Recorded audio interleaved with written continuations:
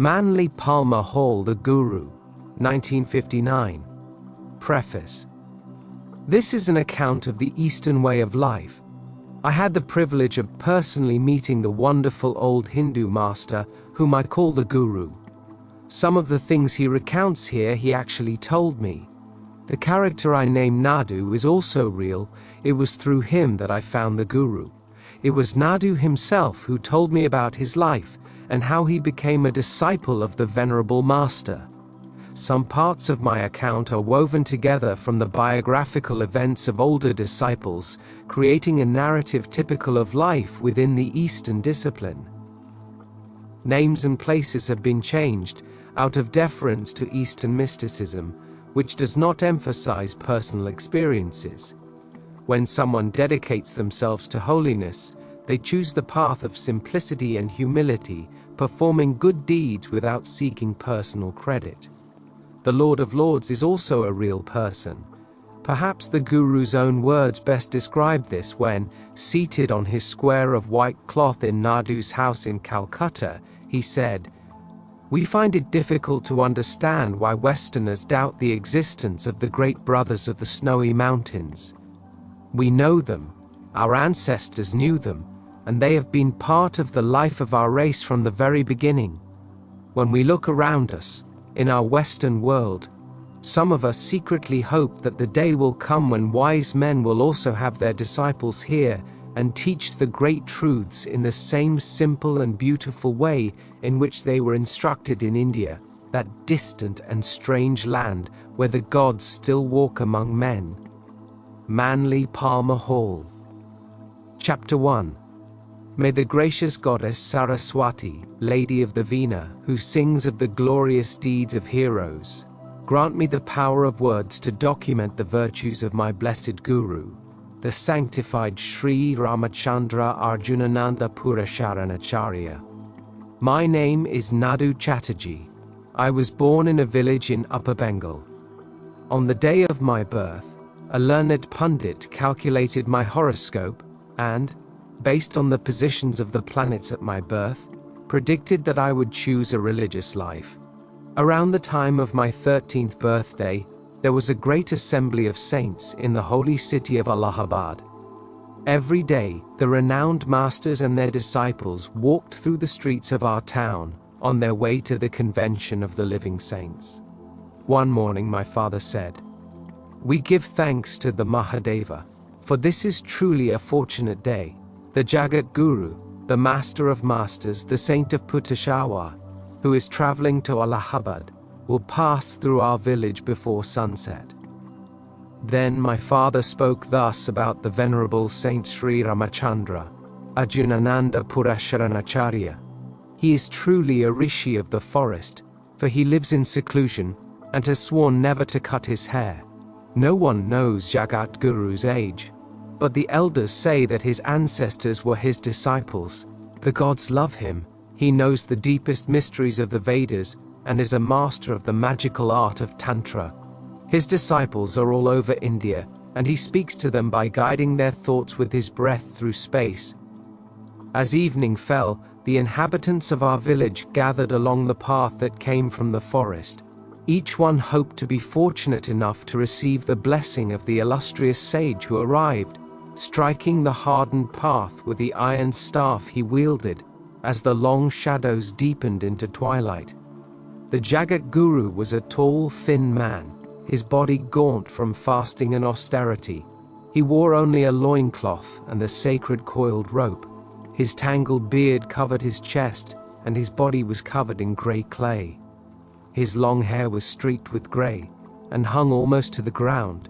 He looked very old. But the Jagat Guru had walked more than 320 kilometers to attend the solemn gathering in Allahabad. Behind the great saint, at a respectful distance, were a number of chelas and disciples, about 50 in total, who were making their pilgrimage with their master. I stood beside my father as the blessed Guru approached, and feeling him near, an intense longing seized me. So I ran to him and threw myself sobbing into the great man's arms. The Guru embraced me with extreme tenderness. Then he said to me, Nadu Chatterjee, you are my disciple. Leave everyone else and accompany me on the ancient path of the gods. That's how, at the age of 13, I left my parents' home with only a small bundle of clothes and lots. I took a tin water jug and went to Allahabad with the Jagat Guru. I never returned to my native village. My parents were satisfied because the prophecy of my birth had been fulfilled. I found holiness and I am content. This is the true story of how it happened that I found the blessed Guru, and I give thanks to the lotus feet of the Great Mother because in some past life I deserved the privilege of becoming his disciple. Chapter 2. During the journey to Allahabad, I walked with the other disciples behind the Guru.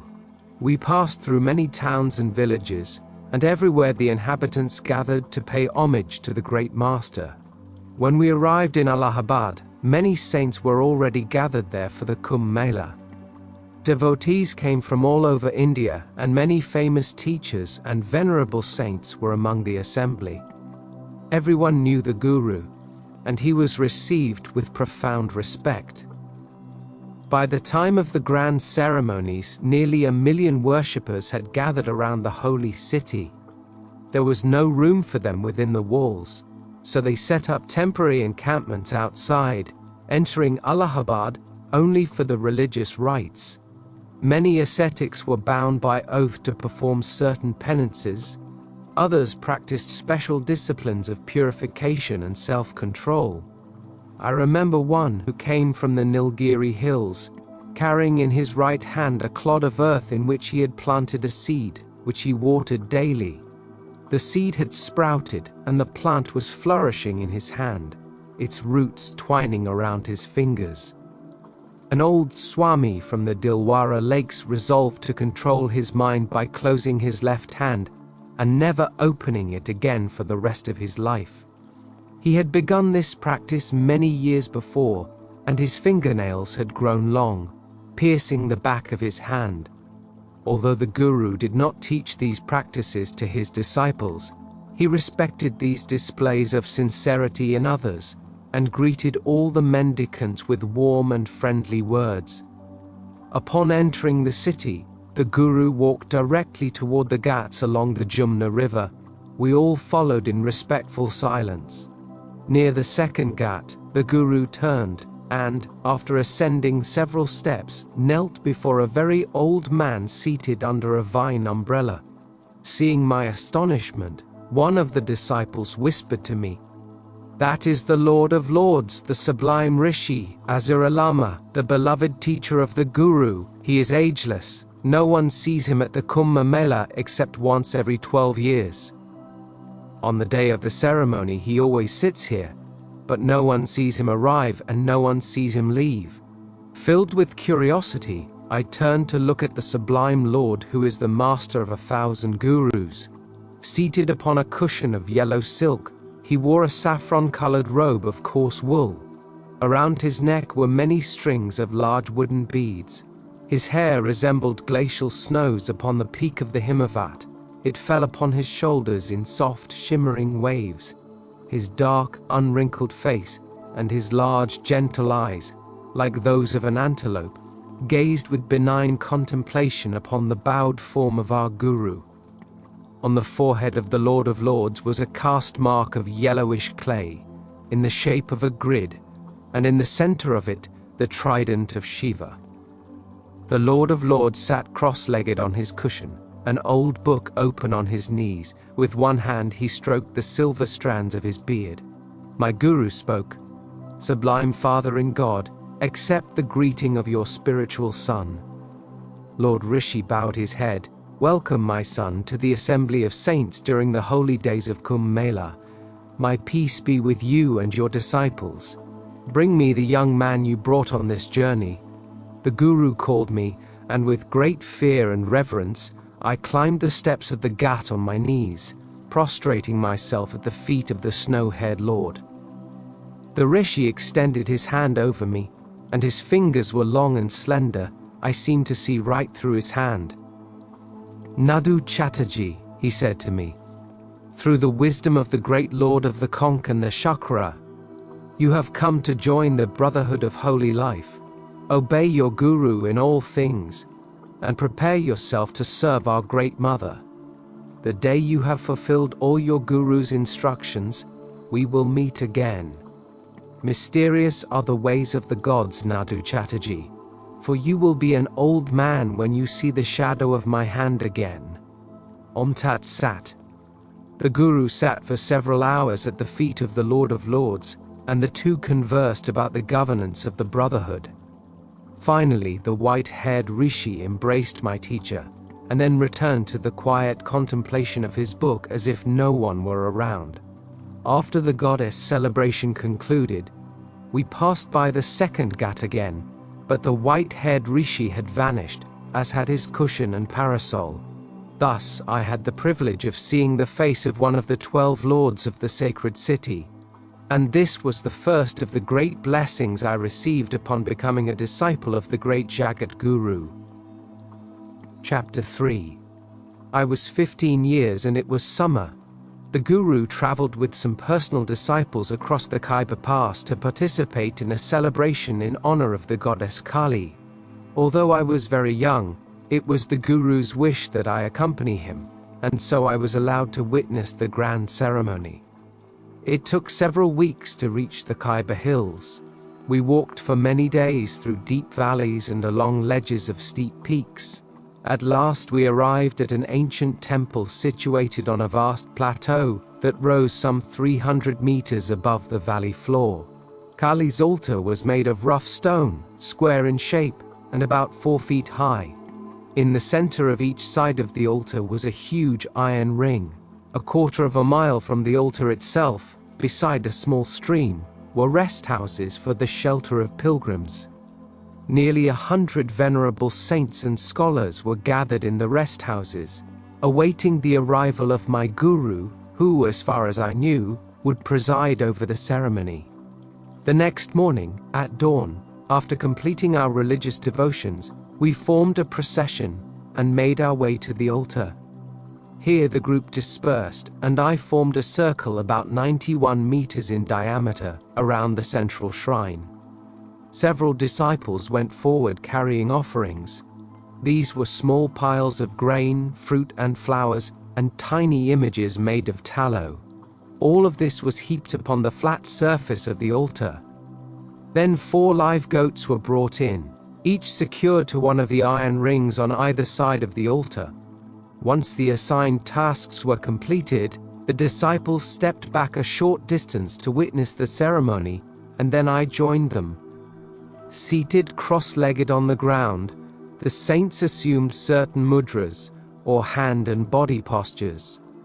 They formed a large ring, each man about 6 meters from the one behind him. These mendicants, with their long hair and bodies covered in clay, presented a strange sight. My guru sat to the east of the circle, holding a bell of silver with which he regulated the rites.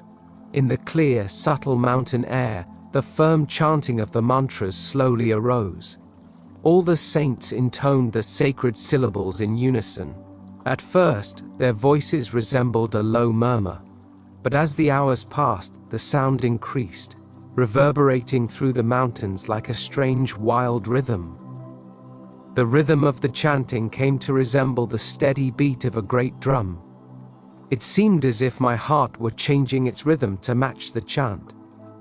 The precise rhythm of the ritual grew ever stronger and clearer, and within minutes I could hear, above the sound of the chanting, the soft, clear chime of the Guru's bell. The sun had risen bright, like a golden fireball in the cloudless sky, but near midday a mist formed, which, floating on the breeze currents, coiled and uncoiled among the mountains. The clouds obscured the sun until everything took on the appearance of twilight. The clouds grew heavy and dark, and thunder rolled through the Khyber Pass. Green flashes of lightning sliced through the black clouds and seemed to strike the earth around us with terrible percussion. Above the sounds of the elements, and the thunder that rumbled and rumbled again through the deep gorges and along the snow-covered peaks, came the relentless rhythm of chanting. The mantras mingled with the voice of the storm, and it seemed that all of nature was singing together the strange melody of Kali's dance. I am a truthful man, and I will explain exactly what happened that day among the mountains of Kanchenjunga. Near midday, the storm reached its peak. The air took on an electrified green hue, and the tumult of the elements reached almost the limit of what humans can endure.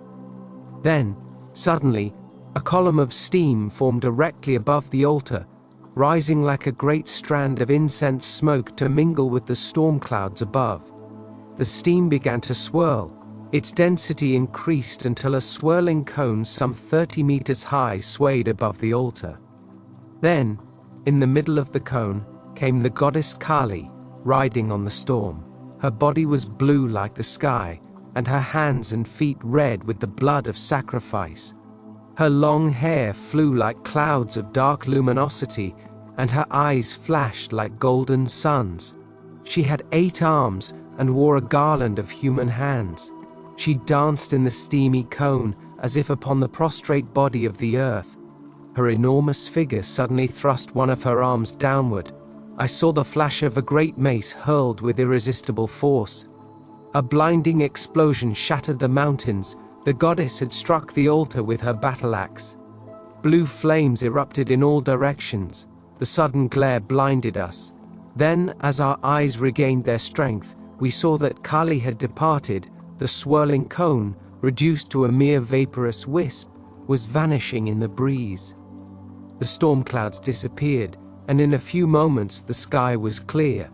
The sun hung like a copper sphere above the glaciers of the western mountains.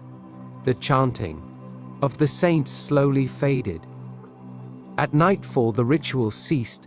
The mendicants stood up, and in silent procession returned to the rest houses to spend the night in prayer.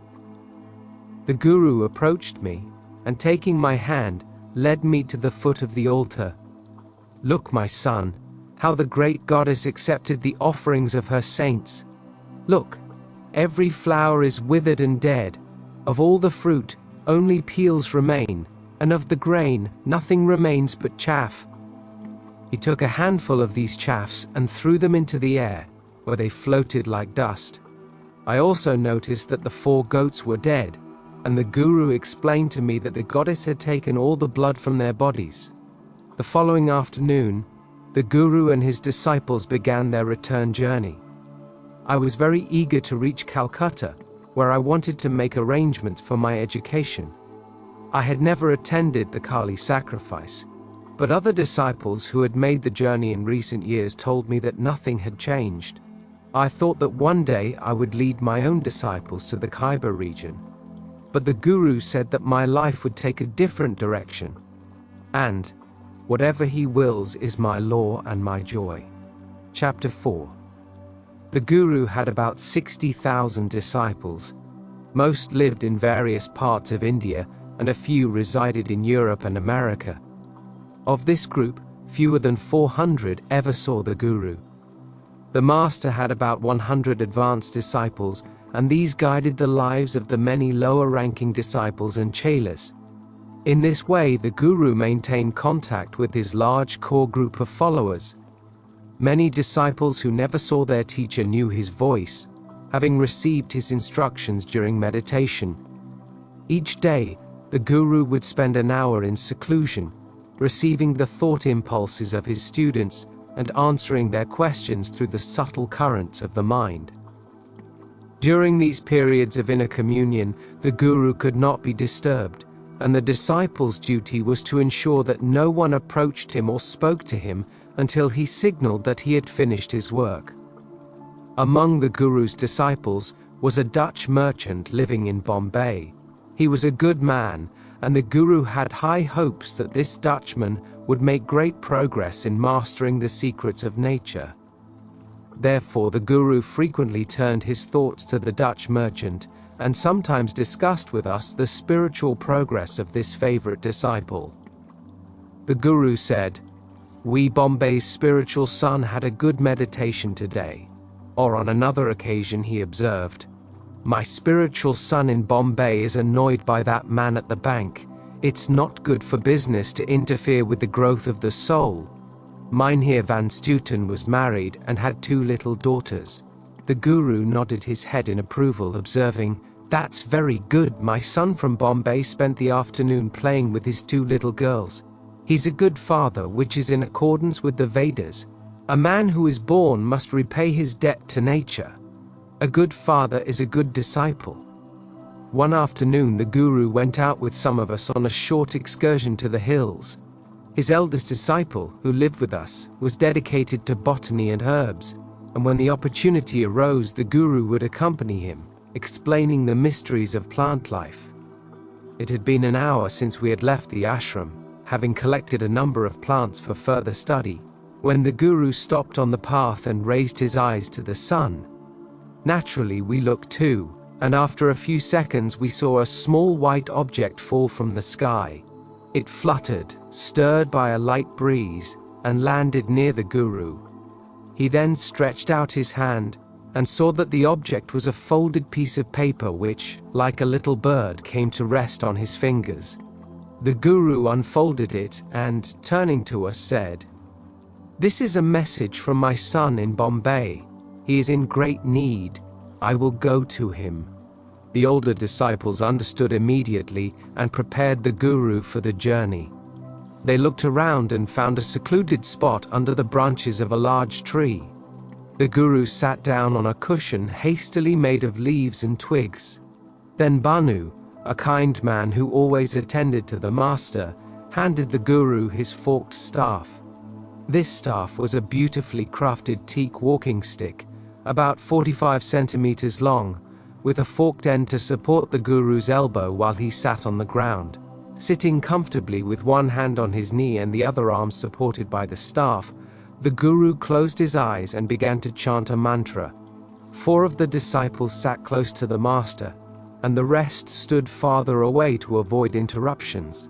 Slowly, the guru's head sank down onto the arm that held the staff, and he seemed to fall asleep.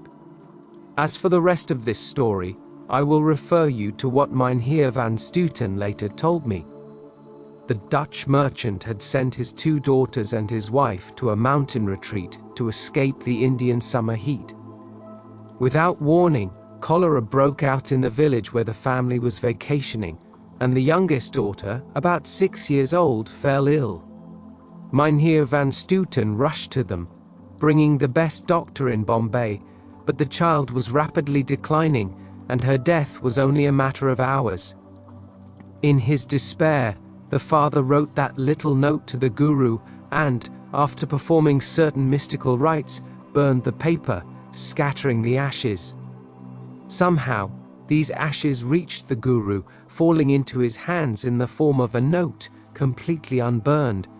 In the house where the sick girl lay, her father, mother, family doctor and nurse sat around her bed, observing the course of the terrible illness. Suddenly, the curtains separating the room from another were drawn aside, and the guru entered calmly. Van Stuten had never seen his teacher, but he knew instantly that he was the guru. The good wife, Mevrouw van Stuten, the doctor, and the nurse saw nothing, and could not understand the sudden agitation that shook the father, who fell to his knees sobbing, his head against the side of the bed. The guru moved toward the sick girl and, extending his hand, touched the fevered face of the delirious child. She opened her eyes and saw the guru, and although his appearance was somewhat strange, she was not afraid, for she only noticed the beauty of his eyes. The guru spoke to him thus: "You were asleep, little Sita, but now you're awake. It's time for you to go play with your sister who's sad for you. Come, let's go together." All the doctor saw was the little girl reach out, as if she were clinging to someone, calmly get out of bed, and run through the door into the garden. A few minutes later, she could be heard laughing and playing with her sister. After about 20 minutes, the guru lifted his head from his arm and spoke to his disciples gathered around him. "My Dutch son is happy now. His little girl is playing with her sister, and we can continue discussing the medicinal value of these herbs." Chapter 5. One morning, the guru asked me to come to his room in the ashram to discuss the problem of my future. The master was sitting against the wall on a large piece of white cloth. He beckoned me to sit near him. "You are still a child," the guru began, "and it is necessary, my son, to pay attention to your education. What profession or trade have you chosen as your career?" I replied instantly, "Blessed Master, I only desire the holy life, to be close to you, to serve you, to obey you. I have no other ambition."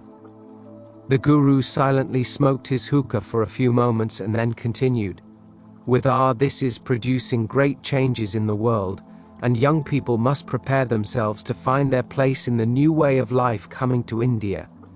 There will always be saints because theirs is the path of the gods. But these new saints must be wise in the knowledge of the white races. Only in this way can they serve the Great Mother." "I will do as you say," I replied. "You are the master of my body and my life. The virtue of a disciple lies in obedience." The guru nodded understandingly. "I will send you to school and then to university, so that you can have all the advantages of education and knowledge. I will choose for you the honorable profession of medicine. Nadu Chatterjee, you will be a doctor. In this way you will prove your discipleship, serving the sick and bringing health to our people. We will go immediately to Calcutta, and there I will enroll you in the best school. Beloved Master, does this mean that I will separate from you? Yes, for a time, but in the summer you may return to me, and I will be in Calcutta on numerous occasions. My son, the beginning of wisdom is self-discipline. By obeying, you will become great." I bowed and reverently touched my guru's foot, and he placed his hand upon mine. My voice was sobbing as I replied, "I will obey, for to me your word is the word of the gods." So it happened that a few days later we traveled to Calcutta on an English train, and the guru took me to the school of a famous my lord. This scholar was a Muslim gentleman of profound mind and knowledge. He, my lord, received us in a study furnished in the European style. He was a short, stocky gentleman, wearing striped trousers and a morning coat. Were it not for his dark skin and his tight turban, he would have passed for an English gentleman. My guru wore yellowish silk clothing and beads, and carried his iron staff, leading me by the hand. "My dearest friend, my Lord Abu Bakr, this is my son in God, Nadu Chatterjee. I place him in your care, so that you may prepare him for university. You will teach him all useful arts, from both East and West, and I especially wish that he should possess 4 languages in addition to his native tongue. These languages will be English, German, Greek, and Latin." He, my Lord Abu Bakr, rubbed his hands together and bowed his head. "It will be as you say, most esteemed and most venerated." Then the guru concluded, "He must be a doctor. Instruct him in all matters useful to the art of healing. Keep him in your house, consider him your son, and instruct him in your faith, for he must know that all God is one. I will visit him from time to time. Give him everything necessary for his comfort. Be strict but benevolent, and send me the account." The guru rose and embraced me, and placed my hand in his. My Lord Abu Bakr touched his forehead and bowed before the guru. "May the peace of Allah be between us. I will be a father to the child." This is how my education began, and I lived in Abu Bakr's house for 3.5 years. Chapter 6. It was during my second year at Abu Bakr's school that I spent my holidays with the guru at a secluded ashram near Simla in the Himalayan mountains. He had only 3 disciples with him on this occasion, as he had resolved to undertake a prolonged fast and self-discipline, and needed a period of purification because he had spent several months in Agra, and the city's vibrations had been difficult. I had been with the guru for about 3 weeks when he said to me, "My son, these are the ancient mountains where the gods dwelt in ancient times.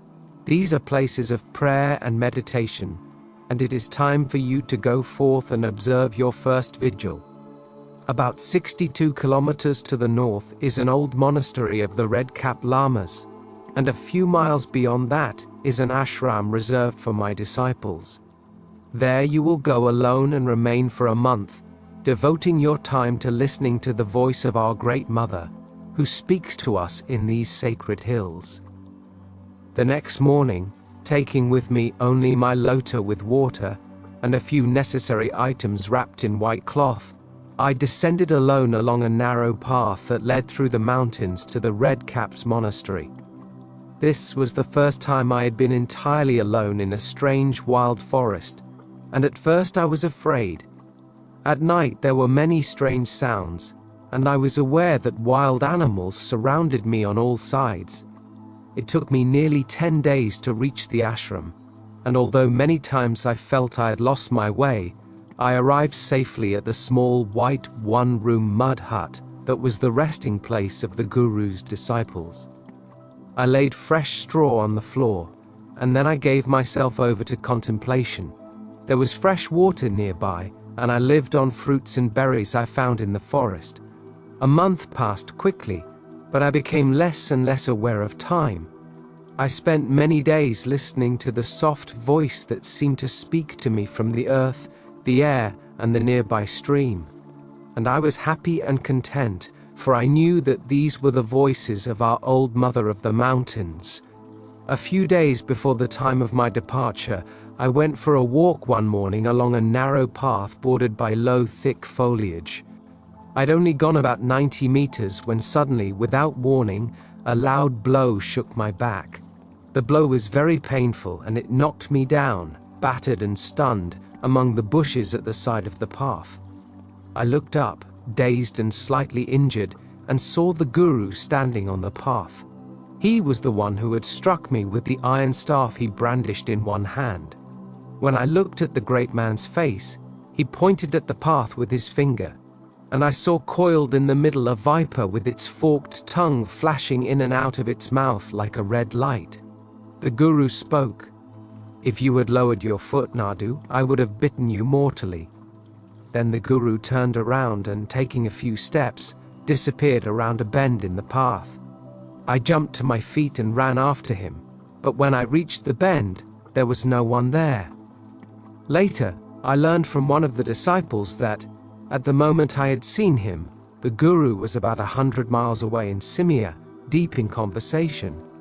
The Raja of Pudashawa had come to the Guru to question him about the governance of the state. The Guru received the Raja, though forced to break his seclusion. After speaking for a while, the Guru suddenly said, "Your Highness, at this moment my son in God is about to place his foot on the head of a viper. I must help him." The Guru remained silent for several minutes, and the Raja remained discreetly taciturn. Then my teacher spoke again to the Raja. "The danger has passed. We can continue our discussion." So the blessed Guru knew all things that took place in the world and was always attentive to the needs of his children. And I am grateful to him for his gracious kindness in extending his love to me, who am the least worthy of his disciples. Chapter 7. When my Lord Abu Bakr informed the Guru that I was ready to take the university entrance exam, and my teacher immediately arrived in Calcutta to arrange my enrollment. For the first time in my life, I wore English clothes, which my lord he ordered his own tailor to make it. I was uncomfortable, but very pleased with my appearance. The Guru arrived with 2 disciples, and my Lord Abu Bakr showed him my newsletter, which was very meritorious. In the afternoon, the Guru led me to the large university building, adorned with stone pillars similar to those of a Greek temple. We ascended the wide flight of steps and entered a long corridor flanked by portraits and busts of illustrious scholars and scientists. It was very impressive. Finally, we reached a large door and were ushered into the study of Dr. Deems Brown, a gentleman of refined and wise appearance, with a very English face and short grey hair. Above his desk hung a life-size oil portrait of Queen Victoria in her attire as Empress of India. The Guru turned to me.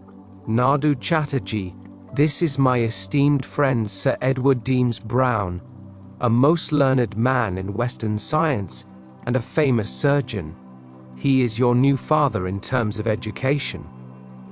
The Englishman rose from his chair and, approaching the Guru, made a slight, rigid bow, as if he were not accustomed to bowing before other men. "Sri Purasharanacharya, you are my friend of many years. I will do everything I can for this young man, you can count on it." I looked into the eyes of the English doctor, which were bright and very blue, and I saw in them a great love as he gazed upon the face of my Guru. Then I understood that Sir Deems Brown was a friend of India, and he understood the soul of our people. Therefore, I felt content. I could trust this kind man to guide me on the path of knowledge. The Jagat Guru discussed his plans for me with the doctor.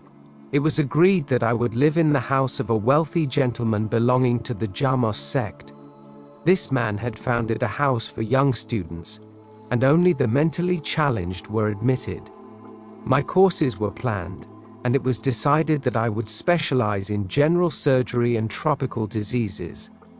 The course took 5.5 years, but the doctor believed I could complete it in less time, given the excellent preparation I had received from the Guru Abu Bakr. The university term started a week later, and in the meantime, I lived at the Guru's ashram, near the Shiva temple, in Calcutta. The Guru received many visitors, as his arrival in Calcutta was an important occasion for his numerous disciples living in the region. They all came to pay their respects, and many brought offerings of fruit, flowers, and religious pictures. The Guru would rise from his cushion every day at 5 in the morning. Then he would bathe, and on some occasions I had the privilege of assisting him with his morning bath. He would reserve the next 2 hours for his devotions. After these rituals, the Guru would have breakfast of rice and tea, and then around 7:30 he would sit on a large white cloth to receive visitors. Those who came to him were of all classes and races, and there was always a long line of shoes and slippers outside the entrance to the ashram. Everyone who entered removed their shoes as a sign of respect for our holy teacher, and upon entering his presence, they sat cross-legged in a corner of the white cloth. The Guru spoke to each person in their own language, and most of the interviews lasted only a few moments. At 1, the Guru would have his second meal, usually fruit, and then rest for an hour. At 2:30 he would give instructions to his disciples, and at 4 he would receive visitors again. At 7 he had his evening meal of saffron rice with fruit cooked in it. Toward dusk he would walk with a few of his disciples, sometimes making a short pilgrimage to a nearby shrine. In the evenings, the Guru was usually in a jovial state of mind, and he would sometimes recount events from his childhood, and also stories of the important people who had come to him that day seeking instruction. It was always a blessed opportunity to be with the Guru in the evenings. At 10 o'clock sharp, he would retire to meditate, and we would not see him again until the following morning. This was the day he was in the city, and I had the privilege on this occasion of spending 4 nights with him, for which I give thanks to. Chapter 8. The Guru spent several weeks in Calcutta during the summer of my junior year at university. I saw him at the time because he wanted to learn about the effects of my scientific training on my life and religious convictions. I faithfully informed him of the progress I was making in my studies, assuring the Guru that I always performed my devotions upon rising, and prayed to the Great Mother to grant me understanding of the things I was learning. At the beginning of each class, I invoked the Supreme's blessing upon my teacher and my fellow students. The Guru listened intently and nodded his approval.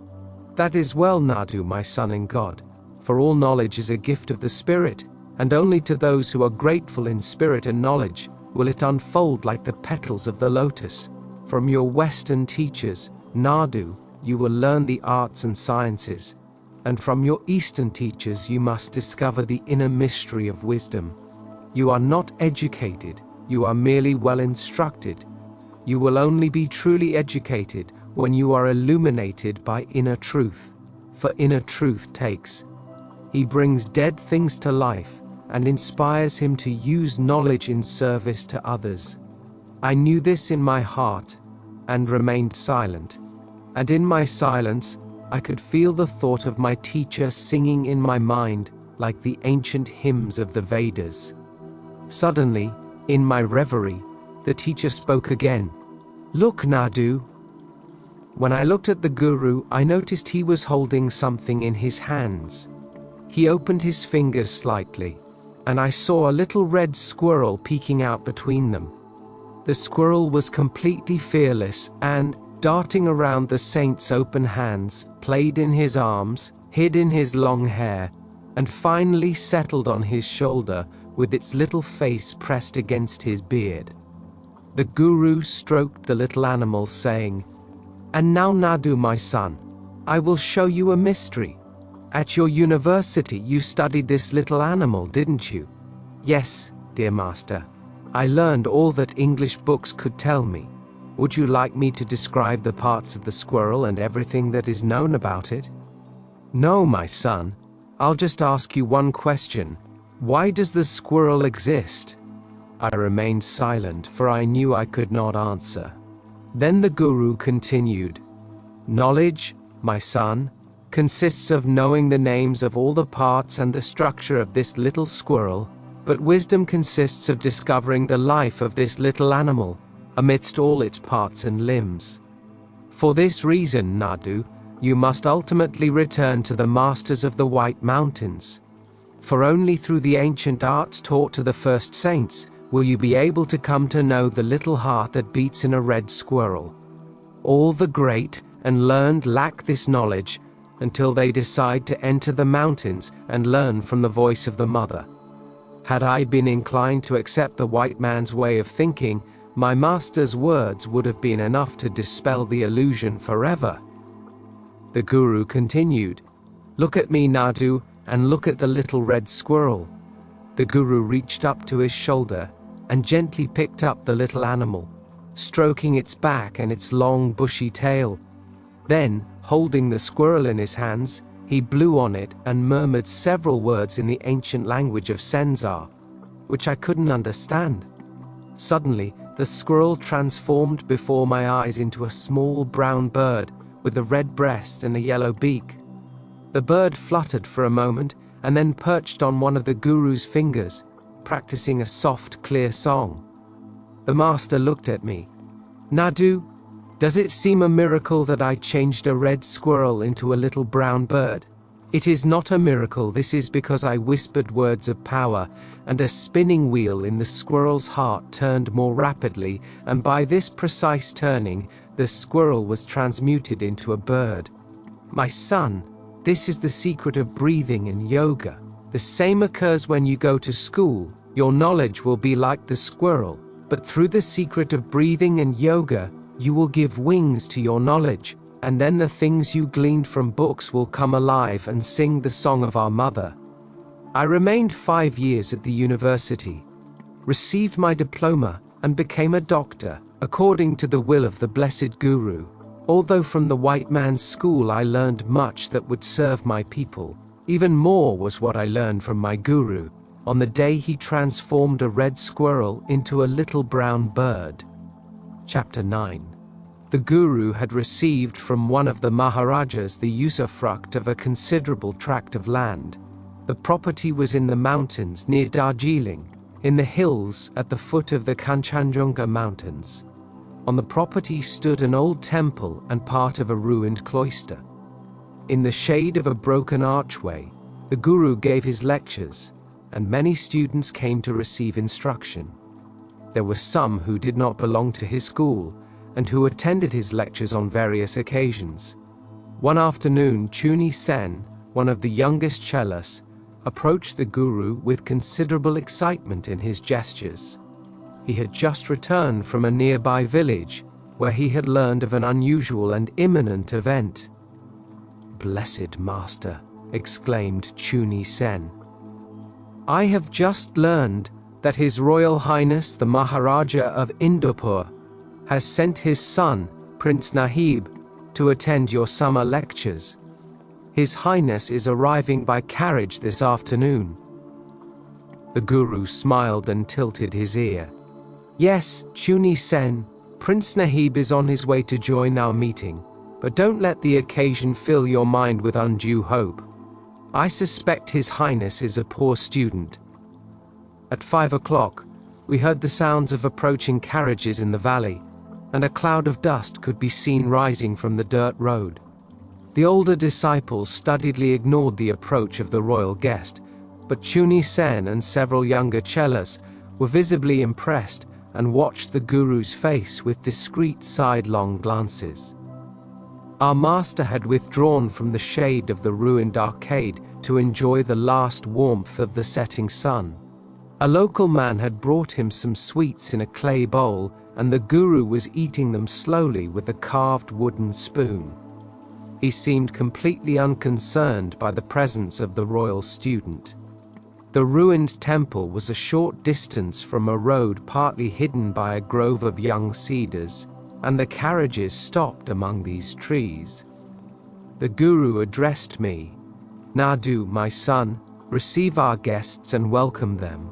So I got up and went down to the road, while the young cheras sitting on the side looked at me curiously. The first carriage was very large and beautiful, and the bells of the princes of Indopur adorned its doors. It was driven by a liveried, bearded coachman, and inside sat a young man impeccably dressed in European style. In the second, less ornate carriage, there was another man, evidently the prince's valet, surrounded by a great deal of luggage. There was also a large wagon loaded with heavy boxes, bags, and parcels. This was being attended to by 2 servants. The coachman opened the door, and then the prince rose and stepped down from the carriage with great dignity, carrying a fine black staff. I stepped forward and bowed deeply.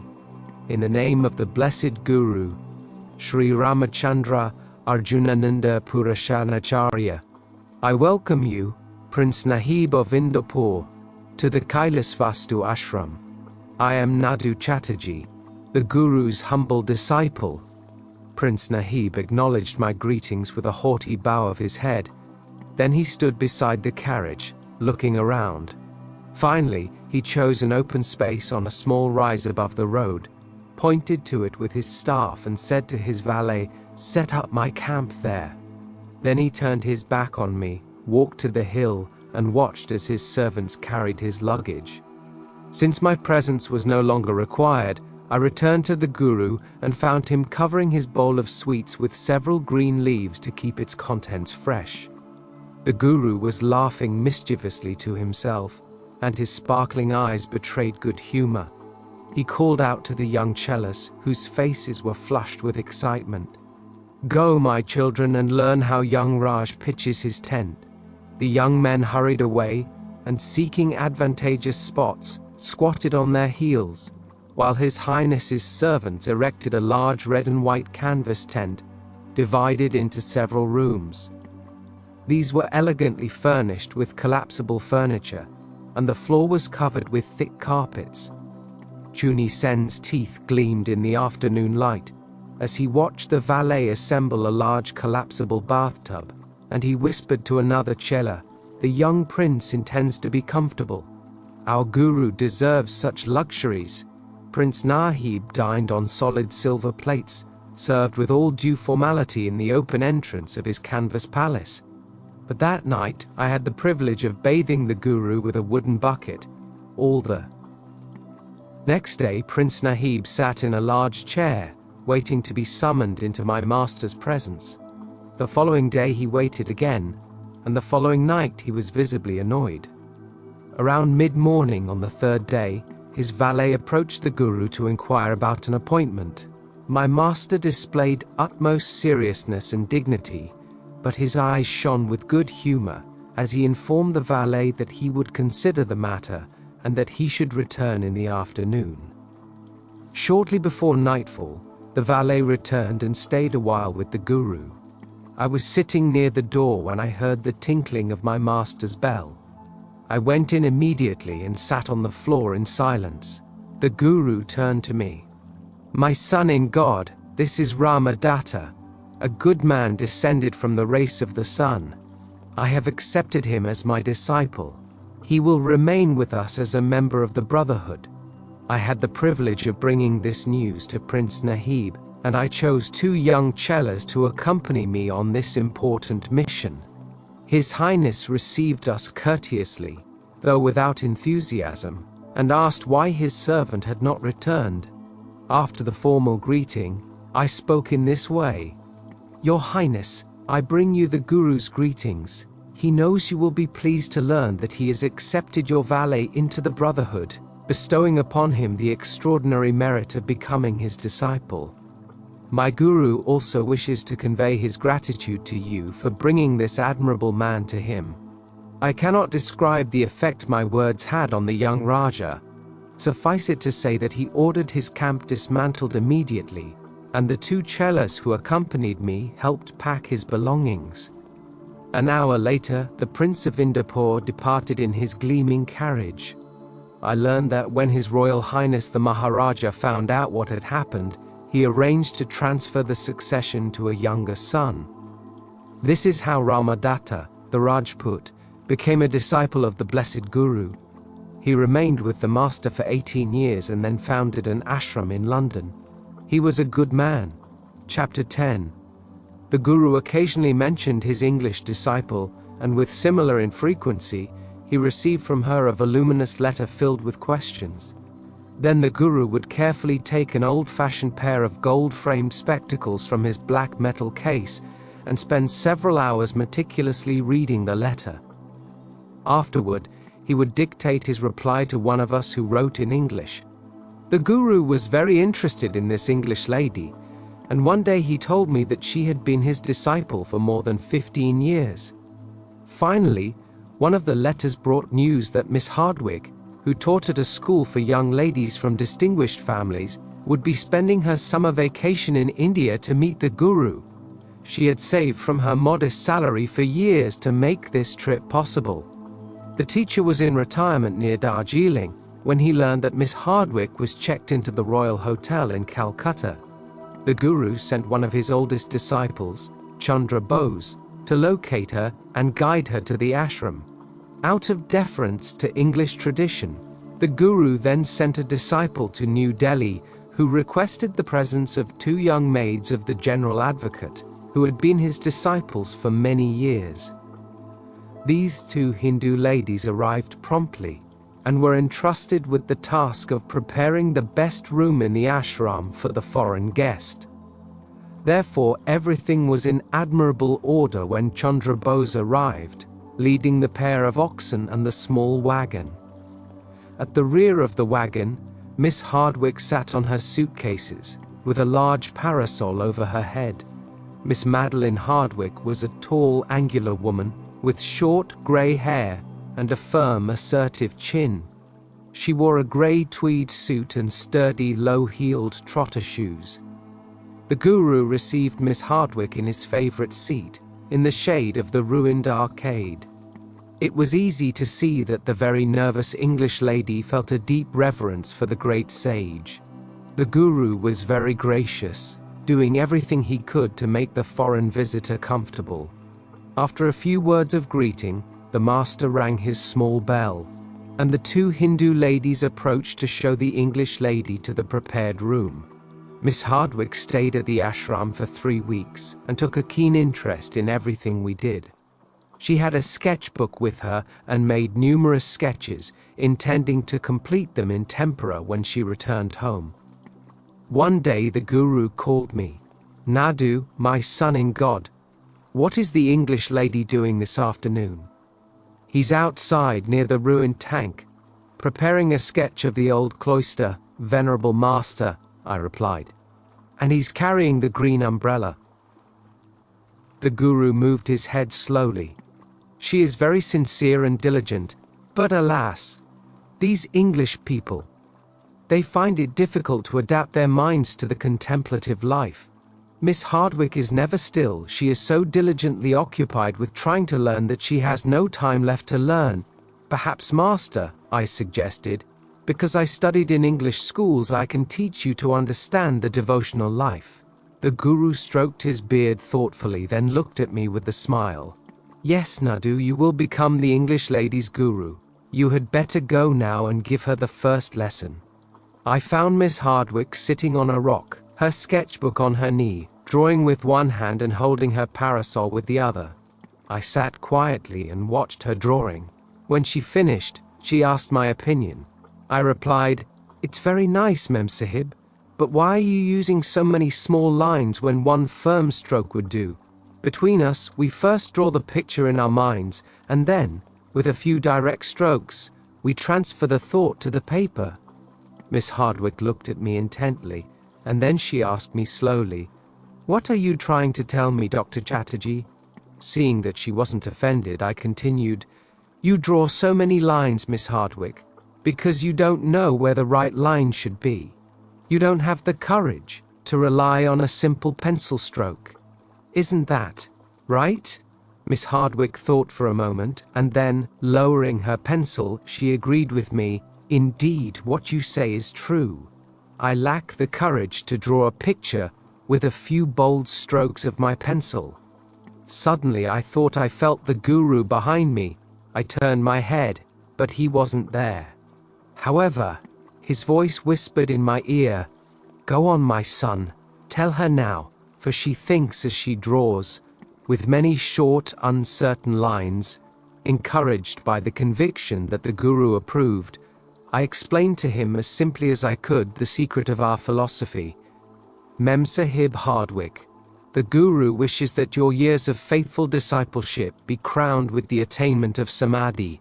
While you were with us, you sought the truth just as you painted this picture, with hundreds of small, uncertain movements of your mind. You were never still, never the single simple line that is the evidence of the great artist. Do not be afraid. Do not grope with your thoughts in pursuit of that which is beyond the power of thought. Cultivate the simplicity of silence." That evening Miss Hardwick asked me if she could see the guru. He received her immediately and listened to her request. "Most venerable master," began the English lady, "how can I achieve the realization and reach the complete detachment that exists here among these holy people?" The guru reached for a small plate and took a water lily that Chuni Sen had given him an hour earlier. He handed it to Miss Hardwick, the stem still dripping. "My daughter, take this to your room and meditate on it, and when you have discovered its meaning, come back and tell me." According to the two Hindu ladies from New Delhi, Miss Hardwick did not leave her room for 5 days, and then, with the dead and withered flower in her hand, she returned to the guru. We all noticed how pale and quiet she was, and we observed that she had not slept. The guru listened attentively as Miss Hardwick told her story. "On the first night, I became increasingly aware of the beauty of this flower. On the second day, my understanding of the marvelous way in which it is made increased. On the third day, I found myself comparing all of life to this flower, and on the fourth day, I experienced this flower in my own heart. But on the fifth day, I was no longer aware of life, the flower, or myself. A great stillness came over me, and as I gazed at the withered flower floating on the water, I could neither think, nor marvel, nor feel. It seemed as if time had ceased, and all that remained was a strange, impersonal sorrow that was very beautiful. I cannot describe it any further, great master." "You have done well, Miss Hardwick. Think now that you will be able to draw your pictures with a single courageous line."